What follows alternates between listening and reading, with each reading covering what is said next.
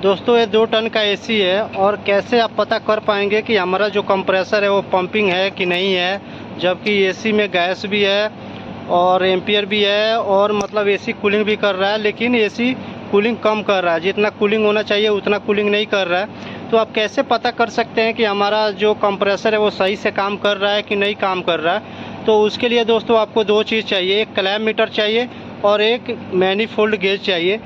तो दोस्तों 832 गैस हो या 410 गैस हो या 22 गैस हो, कोई भी गैस हो और कोई भी इन्वर्टर मॉडल हो या नॉन इन्वर्टर मॉडल हो, कोई भी एसी हो, तो आप 2 चीज़ से पता कर सकते हैं कि आपका जो कंप्रेसर है वो पंपिंग प्रॉब्लम है कि नहीं है। एक आपको क्लैम मीटर चाहिए और एक मैनीफोल्ड गेज चाहिए। तो दोस्तों इसमें भी सेम प्रॉब्लम है, इसमें भी ये एसी में भी पंपिंग प्रॉब्लम है कंप्रेसर का।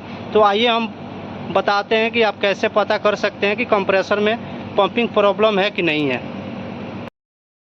सबसे पहले दोस्तों आपको मशीन पे ऐसे चिपका हुआ एक स्टिकर मिलेगा। इसका स्टिकर तो फट गया है, लेकिन इसमें आपको समझ में नहीं आएगा। ऐसे ही एक स्टिकर चिपका हुआ मिलेगा। कोई भी एसी हो उस पर ना एसी का साइड में, बैक साइड में, आउटसाइड में किधर भी एक स्टिकर चिपका हुआ दिखेगा। मैं दूसरे एसी में दिखाता हूँ।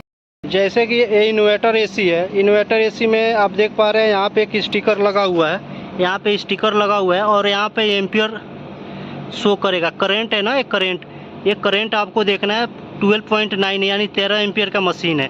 12.9 है, 13-14 एम्पियर का मशीन है।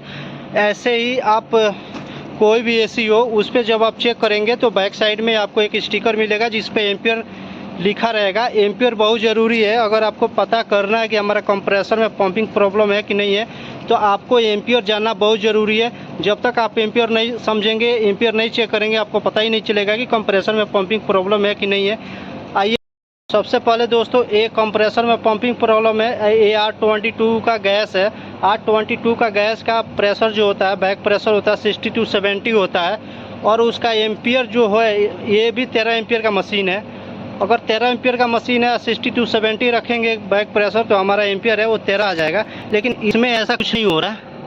आप इसमें एम्पियर चेक करें, एम्पियर 9 एम्पियर जा रहा है, 9.5 एम्पियर के आसपास जा रहा है, जबकि ये 13 एम्पियर का मशीन है। और इसका बैक प्रेशर आप चेक करें, बैक प्रेशर आपका 80 से ऊपर जा रहा है, 80 से ऊपर इसका बैक प्रेशर जा रहा है।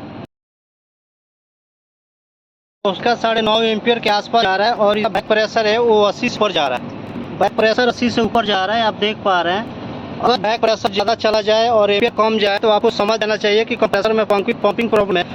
इसमें चाहे तो हम और गैस बढ़ा सकते हैं, 90 कर सकते हैं, 100 PSI गैस कर देंगे तभी हमारा कूलिंग बढ़ेगा। अगर हम 70 का बैक प्रेशर रखेंगे तो हमारा कूलिंग बिल्कुल भी नहीं होगा, क्योंकि एम्पियर कम ले रहा है। एम्पियर कम सम अगर 13 एम्पियर का 12 एम्पियर तक, 11 एम्पियर तक लेना चाहिए, चाहे बैक प्रेशर कितना ही चला जाए। अगर बैक प्रेशर ज़्यादा जा रहा है और एम्पियर भी ज़्यादा जा रहा है तो फिर हमारा कंप्रेसर में पंपिंग प्रॉब्लम है। पंपिंग प्रॉब्लम में हमेशा ही होता है कि एम्पियर हमारा कम हो जाएगा, बैक प्रेशर ज़्यादा आएगा। बैक प्रेशर या तो गैस में चार्ज करेंगे तो बैक प्रेशर 70, 80, 90 तक जाएगा, लेकिन एम्पियर बढ़ेगा। तो दोस्तों ऐसे आप पता कर सकते हैं कि हमारे कंप्रेसर में पंपिंग प्रॉब्लम है कि नहीं। आई होप आप लोगों को पसंद आया होगा दोस्तों। तो चैनल को जरूर सब्सक्राइब करें। जय हिंद।